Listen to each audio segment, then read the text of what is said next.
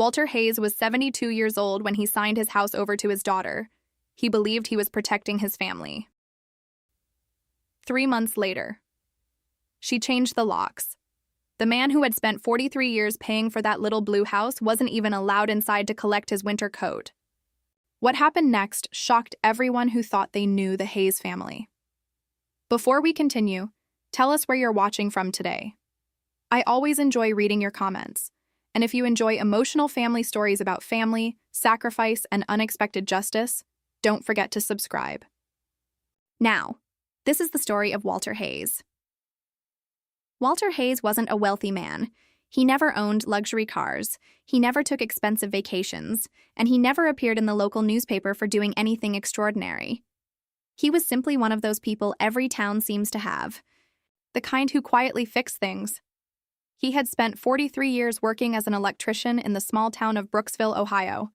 If someone's lights stopped working, people called Walter.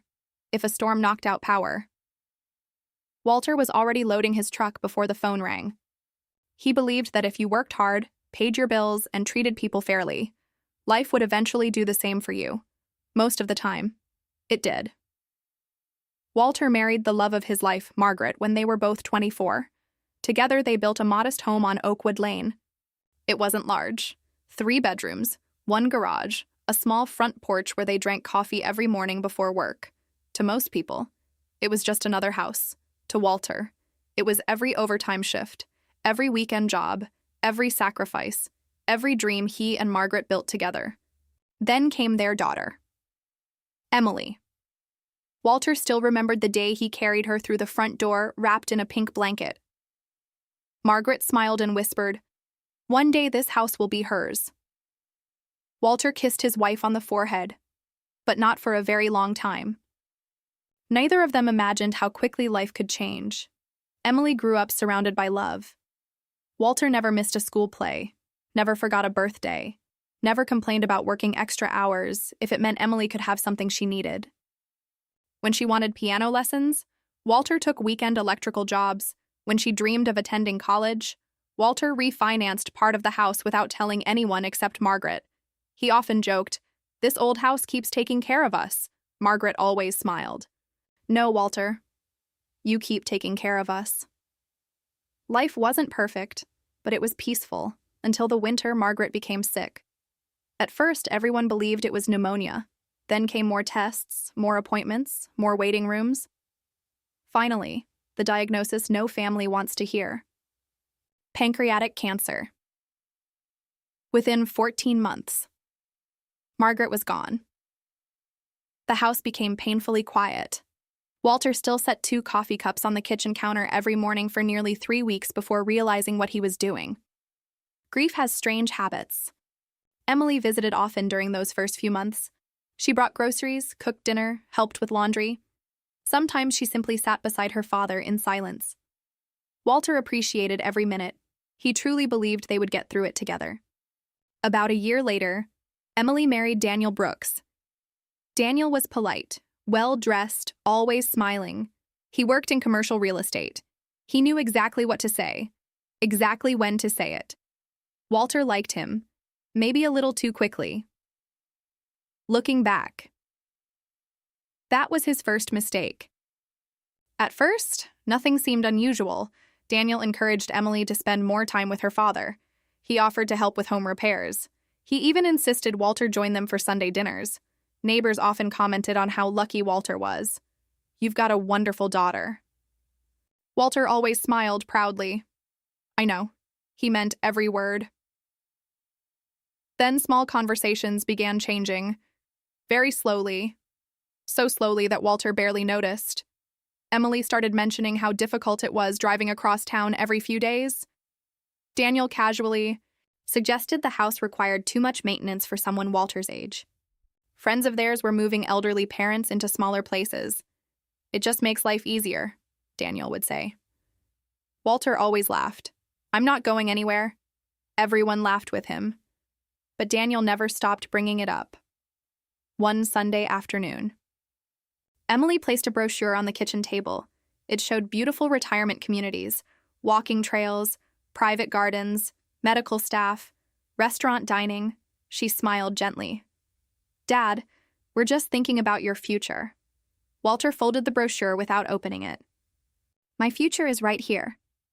Emily reached across the table and squeezed his hand. We only want what's best for you. Walter believed her. Why wouldn't he? She was his daughter.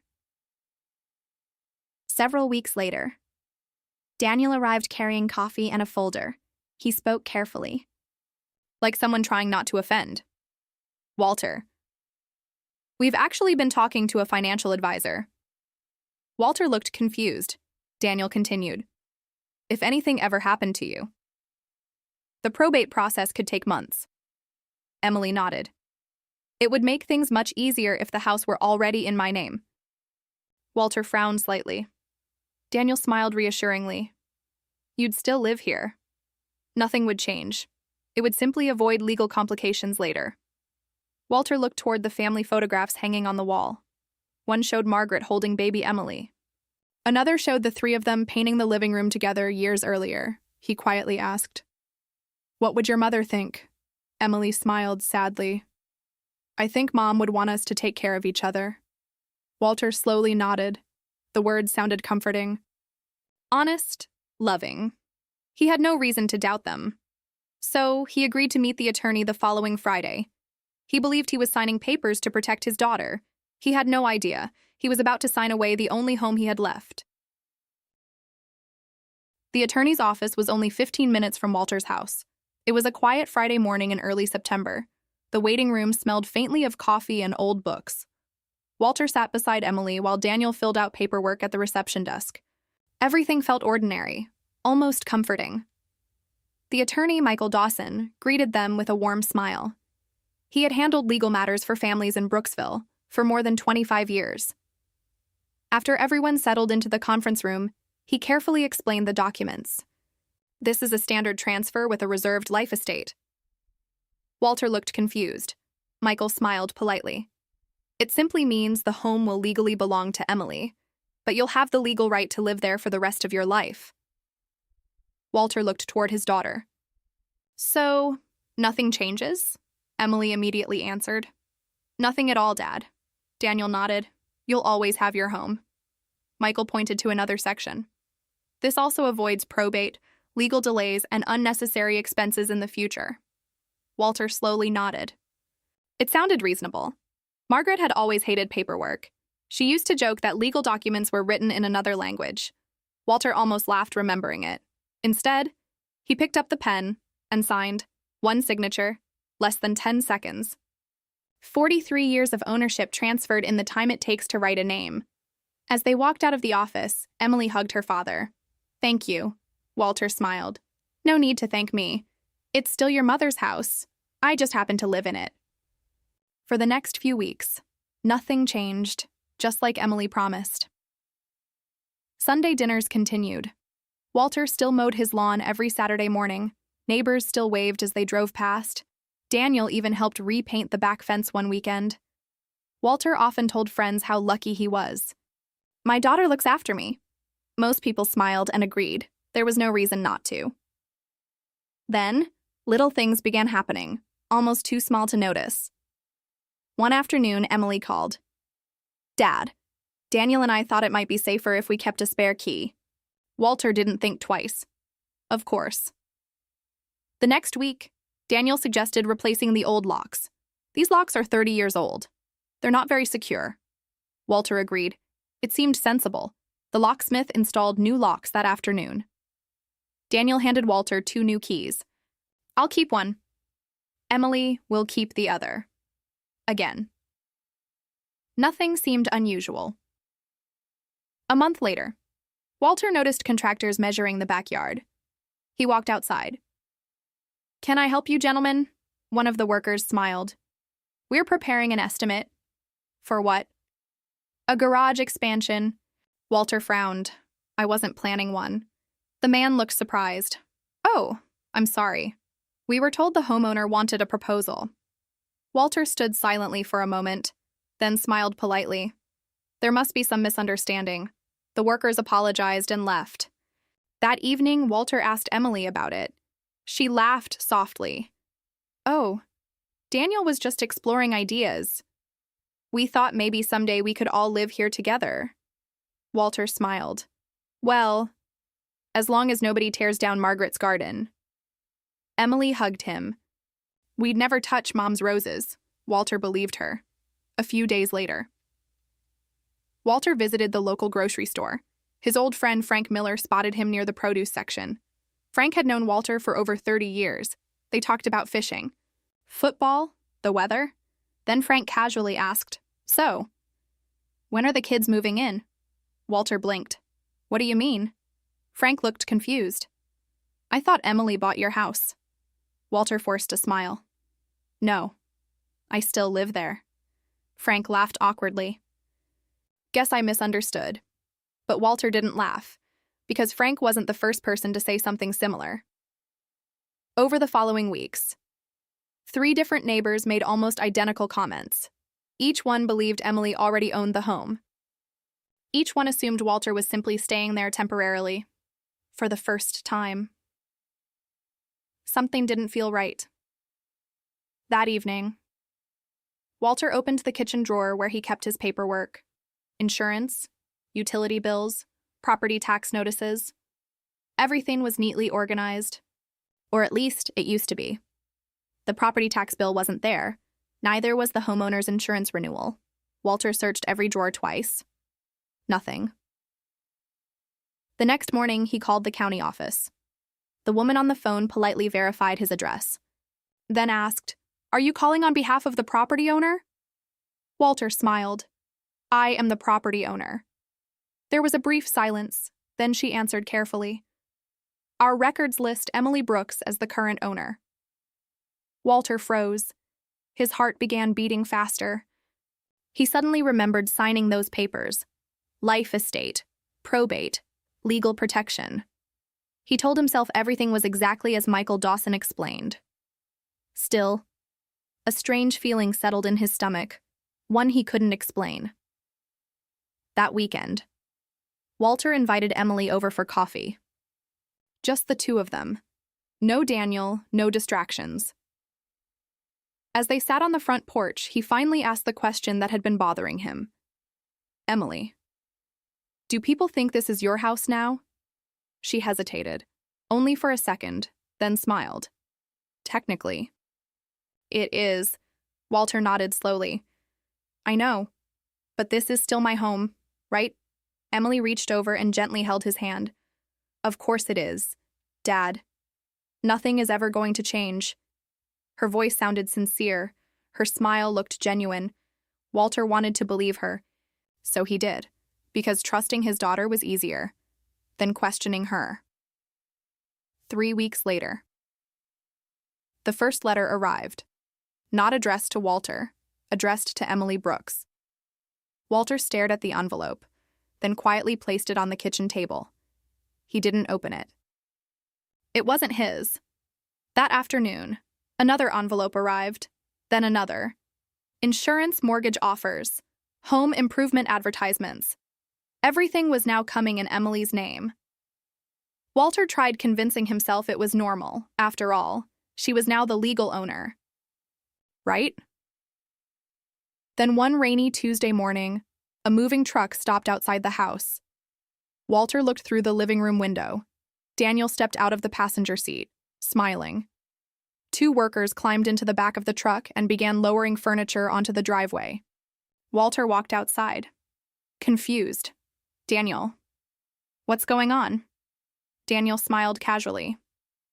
"Oh, I guess Emily forgot to tell you." He looked toward the truck, then back at Walter. "We're moving in this weekend." Walter felt his stomach tighten. He looked at the growing pile of furniture on his driveway, then back at his son-in-law for the first time. He wasn't sure whether he was looking at family or strangers. Walter stood silently as the movers carried box after box into the house. Daniel noticed the confusion on his face and smiled. "Don't worry, Walter. We'll stay out of your way." Walter forced a smile. He wanted to believe him. He truly did, after all. This was still his home. Or at least, that's what everyone kept telling him. Within a week, everything inside the house began changing. The living room furniture Margaret had chosen 20 years earlier disappeared. Emily said it looked outdated. A new gray sectional replaced it. The dining room walls were repainted. Family photographs quietly vanished from the hallway. One afternoon, Walter searched nearly 20 minutes for the framed picture of Margaret holding baby Emily. Finally, he found it. Wrapped in newspaper, inside a cardboard box marked storage. He carefully lifted the frame, brushed away the dust, and quietly carried it back to his bedroom. Nobody noticed, or perhaps nobody cared. At dinner, conversations changed too. Daniel discussed renovation plans. Emily talked about expanding the kitchen. They spoke about the house as if Walter were a guest listening to someone else's future. Every sentence began with, "We're thinking," "We want," "Our plans." Walter rarely heard the word "your" anymore. Then winter arrived. One cold November morning, Walter walked into the kitchen and found strangers measuring the walls. "Can I help you?" One of them smiled. "We're remodeling." Walter looked at Daniel. "I thought this wasn't happening." Daniel folded his arms. "Plans changed." Walter looked around the room. "But nobody asked me," Daniel answered calmly. "We're the homeowners now." The words landed harder than any shout ever could. Walter looked toward Emily. She avoided his eyes. That night, Walter sat alone on the front porch, holding an old photograph of Margaret. For the first time since signing those papers, he whispered aloud, "I think I made a mistake." The porch remained silent. Only the wind answered. 2 weeks later, the mistake became impossible to ignore. Walter returned from buying groceries. He placed the key into the front door. It wouldn't turn. He tried again. Nothing. Confused, he checked the house number. Same address, same porch, same blue shutters. Then the front door opened. Emily stepped outside. Her face was pale. "Dad." Walter held up the key. "It doesn't work." She took a deep breath. Daniel appeared behind her. He already knew why Walter was there. "We changed the locks yesterday." Walter stared at them, without understanding. "Why?" Daniel answered first. "For security." Walter nodded slowly. "But I live here." Silence. Emily finally spoke. "Dad, I think it's time we talked." They sat in the living room. Walter noticed his favorite chair was gone, replaced by another sofa. Even his reading lamp had disappeared. Emily folded her hands. "Dad, this house isn't really suitable anymore." Walter frowned. "What does that mean?" Daniel slid a glossy brochure across the coffee table. "A retirement community, private rooms, medical care, weekly activities." Walter didn't even touch it. "I already have a home." Emily's voice trembled. "You could be happier there." Walter looked around the room where he celebrated birthdays, Christmas mornings, anniversaries, the room where Margaret spent her final Christmas. Then he quietly asked, "Are you asking me to leave?" Nobody answered, because they didn't have to. The silence said everything. Walter packed one suitcase, not because he wanted to, because there wasn't much left to pack. Most of his memories already lived inside storage boxes. As he reached the front door, he turned around one final time. He wasn't looking at the furniture or the walls. He was looking for Margaret. For 43 years, she had been everywhere inside that house. Now, she was nowhere. Walter quietly placed his house key on the hallway table, although it no longer opened anything. He spent the next several nights at a small motel outside town. The owner, Frank Miller, recognized him immediately. "The room's on me for a few days." Walter tried to refuse. Frank smiled. "You spent 20 years fixing my electrical problems. Let me help." Walter nodded. Sometimes kindness arrives from people who owe you nothing. 3 days later. Frank's daughter shared Walter's story online, not for attention, simply asking if anyone knew of affordable senior housing. Within hours, thousands of people had shared the post. Former customers, neighbors, old co-workers, people Walter hadn't seen in years. Everyone asked the same question. How could this happen? One of those people was attorney Michael Dawson, the same lawyer who prepared the paperwork. He called Walter immediately. Walter, I need to ask you something. Did anyone ever explain that transferring ownership could allow the new owners to ask you to leave if later agreements weren't properly documented? Walter closed his eyes. No. Michael remained silent. Then quietly said, I think we need to review every document you signed. Over the following weeks, the truth slowly emerged. Walter had trusted verbal promises. Emily and Daniel trusted paperwork. Fortunately, Michael had kept detailed records. The transfer agreement contained language both parties were expected to honor. After several difficult meetings, Emily and Daniel reached a settlement, not because they suddenly changed, because they finally understood what they had done. Walter received enough compensation to purchase a small cottage overlooking Brooksville Lake. It wasn't the home he built with Margaret. Nothing ever could be, but it was his, entirely his. Months later, Emily visited the cottage alone. No Daniel, no excuses, no brochures. She stood quietly on the porch. I'm sorry. Walter looked at her for a long time, then asked one simple question. Sorry for what? Emily lowered her head. For believing ownership mattered more than family. Walter nodded. That was the first honest sentence she had spoken in months. He didn't hug her. He didn't pretend everything was fixed. But for the first time, the conversation was built on truth instead of convenience. Walter placed a small wooden bench beside the lake. He carved Margaret's name into it himself. Every morning he drank his coffee there as the sun rose over the water. People sometimes asked if he missed his old house.